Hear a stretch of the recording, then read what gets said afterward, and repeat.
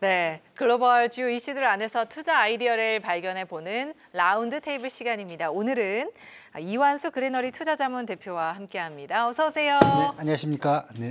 대표님이 방금 막 자리에 앉으시면서 너무나 공감이 되는 이야기를 해주셨어요. 어제 첫눈 보셨나요? 네, 뭐 엄청나게 번개까지 치더라고요. 번개까지 치면서 네. 마치 산타가 내려올 것 같았습니다. 네, 근데 방금 해주신 말씀이 산타는 안 오시더라고요. 네, 아직까지. 눈만 오고 네. 산타는 안 왔다. 네, 루돌프도 안 보이고 다들 어디 갔는지 지금.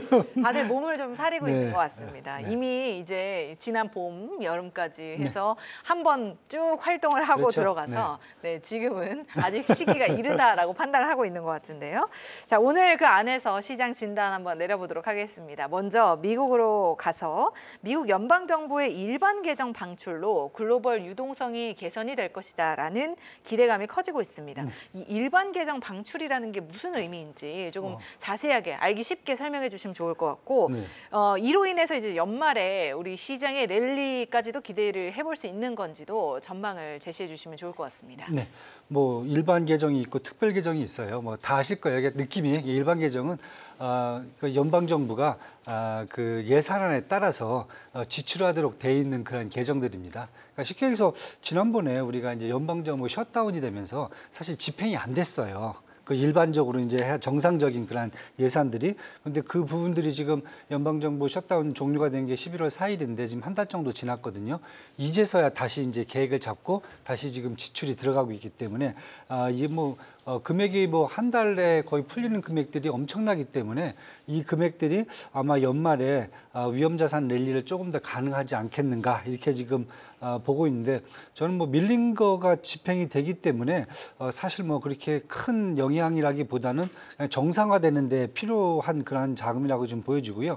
근데 여기서 좀 하나 그 사이 좀 중요해졌던 게 뭐냐면 원래 이번에 임시 예산안이 1월 말에 종료가 되기 때문에 2월 달부터 다시 또 이제 협상을 해야 되는데 그 사이에 11월 말에 이미 이제 트럼프 행정부가 오바마 케어를 유지하고 그다음에 일부 수정을 하겠다라고 발표를 한 상황이에요. 그러니까 그게 가장 민주당이 예산안에 발목을 잡고 있었던 거거든요. 근데 만약에 이 부분이 좀 제가 해결됐기 때문에 아마 1월 말에는 임시 예산안이 아니라 정기 예산안이 통과되기 때문에 그렇다고 보면 앞으로 이제 예산 쪽에서는 원래 해야 될 그런 정상적인 예산 집행이 계속 될 수 있다 이렇게 지금 보셔야 될 것 같고요. 사실 뭐 그거보다는 이것과 함께 여기에 연준이 이제 12월 1일 날 양적 긴축 종료를 했고요. 양적 긴축한 게 다른 게 아니거든요. 연준이 보유 중인 국채를 시장에 내다 팔고 현금을 시장에서 이렇게 빨아들이는 그러한 일을 하는 건데 이게 종료가 됐기 때문에 유동성 감소되는 게 일단 스톱이 된다. 그리고 10일에 기준금리가 만약에 내리되면 달러 공급이 시장에 더 커질 수가 있기 때문에 그렇다고 하면 그냥 단순하게 연방정부의 일반 계정 방출만 단순하게 효과를 보셔야 되는 게 아니라 연준의 양적 그 완화 정책과 함께 합쳐져 갖고 시장의 위험 랠리로 좀 이끌지 않을까라는 그러한 이제 저희가 기대를 좀 할 수 있을 것 같습니다. 네, 단순히 이제 하나의 그 이슈, 연방 정부의 이제 일반 계정이 방출된다는 내용뿐만이 아니라 이제 연준의 양적 긴축이 이제 단행이 되면서 이제 종료가 되면서 사실은 그렇죠. 그 안에서 시장의 움직임을 좀 예상을 해볼 수 있겠다라는 말씀을 해주셨습니다. 달러 이야기도 해주셨는데 달러 공급이 증가하면 앞으로 달러의 전망은 어떻게 흘러갈 거라고 보시나요? 사실 이제 약세적으로 다시 방향을 또 잡아야죠. 그렇죠. 사실 시장이 많이 풀리니까. 그렇죠. 달러 인덱스가 100 위로 이제 올라갔다가 다시 지금 이제 98, 99로 내려왔거든요. 근데 과거 이제 시장에서 기준금리 인하 가능성이 높아지고 기대감이 커졌을 경우에는 통화 완화 정책의 기대감이 커졌을 때는 한 97, 96까지도 떨어지거든요. 예, 그렇게 본다면 원달러 환율도 한 1,400 초반까지는 사실 떨어질 수 있는데 근데 좀 국내 상황이 또 녹록치가 않아요. 예, 그것까지 그렇죠. 기대는 못하더라도 네. 일단 달러 약세는 당분간 기조로 봐야 된다 이렇게 지금 보여집니다. 네, 당분간 달러 약세 기조 나타날 것으로 예상된다라고 말씀해 주셨습니다. 자, 이제 일본으로 넘어가서요. 일본의 10년 만기 국채 금리가 1.9%를 돌파하면서 뭐 18년 만에 최고치를 그쵸? 네. 기록했다고 합니다. 이 흐름이 사실은 글로벌 채권 시장 전반에서 비슷한 양상을 보이고 있는데요. 네. 이 흐름에 대한 진단도 부탁드리겠습니다. 그리고 또 이 채권 시장의 흐름이 주식 시장에는 또 어떤 영향을 미칠 수 있는지도 궁금해요. 네, 사실 저 일본의 기준금리 인상 12월 19일이죠. 통화 정책 회의에서 BOJ의? 네, 맞습니다. 봐야 되거든요. 저는 반반이라고 봐요. 이렇게 뭐 아직까지 이렇게 뭐 아직 80%, 예, 수합시장에서는 80% 이상 보는데 저는 반반이라고 보고 있는데 일단 왜냐하면 일본 내부 상황이 지금 녹록치가 않아요. 인플레이션이 3%까지 지금 튀어 올랐고요. 그다음에 2분기에 3분기 경제 성장률도 기존의 2.3%에서 마이너스 1.8% 급락을 했어요. 그래서 금리를 지금 올려갖고 인플레이션을 억제해야 된다는 내부적 요소가 지금 강하긴 한데 그래서 우에다 총재가 장단점을 검토해서 적절히 판단하겠다라고 얘기를 했어요. 뭐 그 얘기를 항상 하시니까. 네. 그런데 시장에서는 뭐 그 안에서 다른 걸 네. 찾아야 돼요. 뭔가 그쵸. 이전과 안 하셨던 네. 멘트가 무엇이었는지. 네, 사실 이제 이런 얘기를 했는데 시장에서 이제 두 가지를 봅니다. 당연히 일본 내에서는 지금 금리를 올리고 싶어 해요. 그런데 반대로 미국 눈치를 봐야 돼요. 미국 내에서도 이제 다카이 총리 같은 경우에는 사실 이미 그 이제 추가 부양책을 하고 있기 때문에 통화 긴축과는 사실 또 갈등을 일으킬 수 있어요. 두 번째는 미국이 그러면은 엔캐리 청산에 따른 미국 국채 매도세를 용인할 건가? 왜냐하면 엔캐리라는 것을 저희가 이제 항상 우려스럽게 보잖아요. 근데 엔캐리가 그럼 정확히 뭐냐라고 물어봤을 때 일본의 저금리죠. 0.75% 단기 금리를 내가 빌리는 거죠. 네. 빌려갖고 고금리 자산에 투자를 합니다. 근데 지금 고금리 자산이 미국이거든요. 미국에 보면 지금 10년물 국채가 보통 한 4%고요. 20년물이 한 5%까지 나와요. 네. 그럼 미국의 장기 국채에다가 투자를 하는 게 가장 큰 포션들이에요. 그럼 청산한다 그러면은 엔화를 갚고 달러 국채를 팔아야 되죠. 그럼 이 매도세가 엄청나게 나올 수가 있기 때문에 그럼 베센트 장관이 가만히 있지 않죠. 연준도 가만히 있지 않죠. 그러면 실제로 그 가능성은 그쵸. 좀 적다고 보시는 건가요? 저는 사실 조금 크진 않다. 미국이 용인을 해줘야 한다. 그런데 이번에 얘기 나오는 게 만약에 이랬을 경우에는 엔화가 강세로 가면서 달러가 약세로 될 수가 있거든요. 그럴 경우를 대비한다 그러면은 혹시나 미국에서 달러 약세를 용인하기 위해서 이 부분을 용인해 줄 수도 있다. 이런 얘기가 지금 나오고 있는 거거든요. 그래서 양쪽이 지금 이렇게 겹쳐 있기 때문에 채권 얘기를 본다면 당연히 금리가 올라가면 엔화 그 국채는 올라가겠죠. 수익률이. 그리고 미국 같은 경우는 계속 매도세가 크게 나옵니다. 지금 일본이 미국 국채 보유량이 한 1.2조 달러 정도가 되기 때문에 가장 크거든요. 이 부분에서 매도가 나올 수 있을 경우에 미국 국채 가격도 사실 아니면 수익률도 올라갈 수 있기 때문에 이런 걸 감안한다면 시장에서는 지금 엔캐리 자체만 놓고 보는 게 아니라 금리 인상만 놓고 보는 게 아니라 전반적인 파급 효과까지 시장에 영향을 미칠 수 있다고 보는 거고요. 마지막에 이제 주시장 많이 말씀하세요. 미국 주시장 이렇게 되면 유동성이 많이 빠져나올까? 그렇죠. 네. 그런데 사실 미국 달러 자산에 투자할 때 먼저 고려하는 미국 국채를 고려하지 주식을 고려하진 않아요. 변동성이 워낙 크기 때문에 장기로 사실 투자하기는 미국 국채 주식시장이 크지가 않거든요. 그래서 그렇다 보면은 제가 봤을 때 주시장에 미친 영향은 좀 제한적일 수 있다. 네, 이렇게 지금 보고 있습니다. 네. 일단 채권 시장의 흐름이 주식 시장까지 미치는 그 영향으로 판단을 해봤을 때는 좀 제한적일 것이다라고 말씀을 해주셨습니다.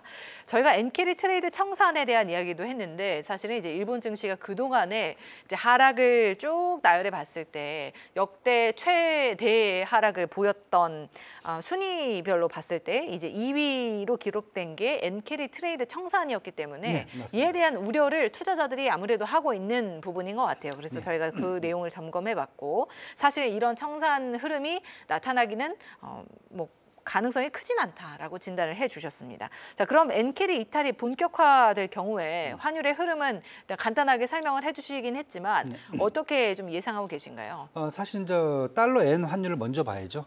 지금 이제 150엔에서 왔다 갔다 하고 있는데 제가 보기엔 140엔까지는 일단 하락을 각오해야 된다. 140엔까지요? 네, 만약에 이제 금리가 인상됐을 경우에. 네. 왜냐하면 사실 140엔이 뭐 저희가 놀랄 수치가 아니라 네. 이미 올해 2월 달에 네. 0.5%로 일본은행이 금리를 올린 다음에 이어서 또 추가 인상을 또 하겠다라고 막 그때 얘기가 나왔을 때가 네. 그때 이제 141엔까지 떨어졌었어요. 이제 그걸 감안한다라고 그러면 만약에 0.75%까지 올라간다라고 생각하면은 일단 140엔까지는 각오를 해야 되지 않을까 이렇게 지금 보여야 될 것 같고요.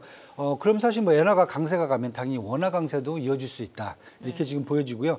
올해 그럼 2월달 아까 이제 달러 엔 환율 봤잖아요. 네. 2월달에 원 달러 환율이 당시 1,400원 밑으로 떨어졌었어요.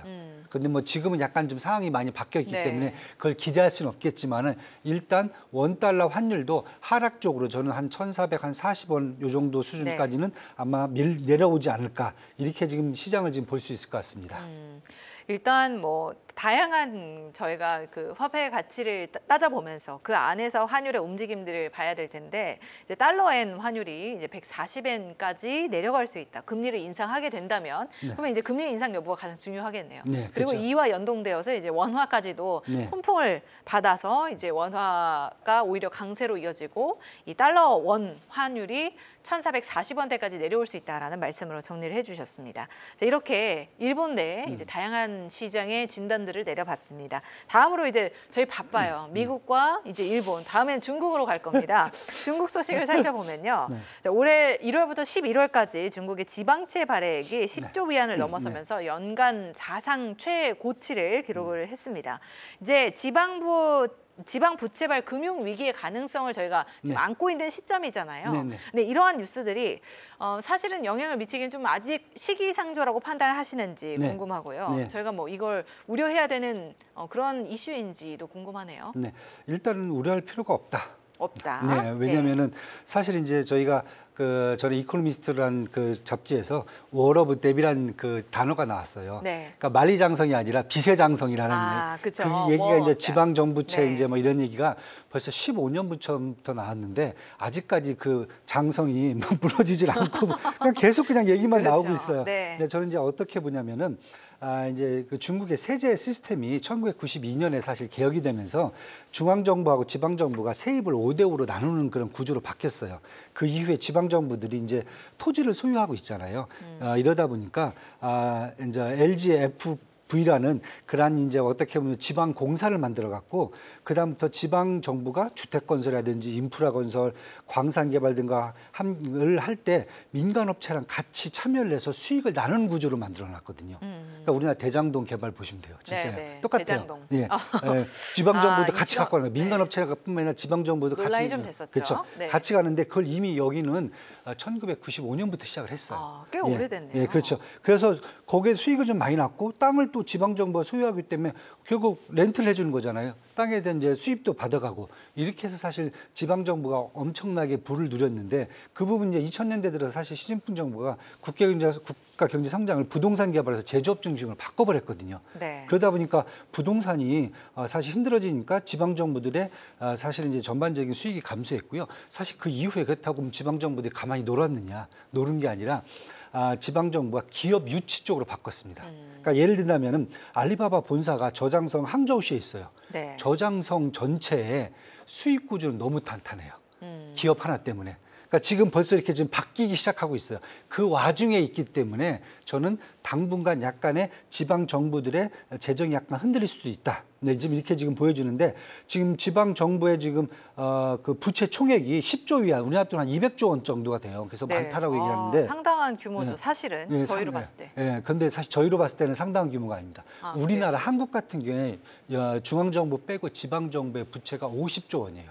그런데 중국의 GDP 규모가 저희의 12배예요. 그렇다고 보면은 제가 보기엔 일단은 금액 자체가 아직까지는 멀었다. 두 번째는 아까 말씀드렸듯이 지방 정부별로 차별화가 엄청 큽니다.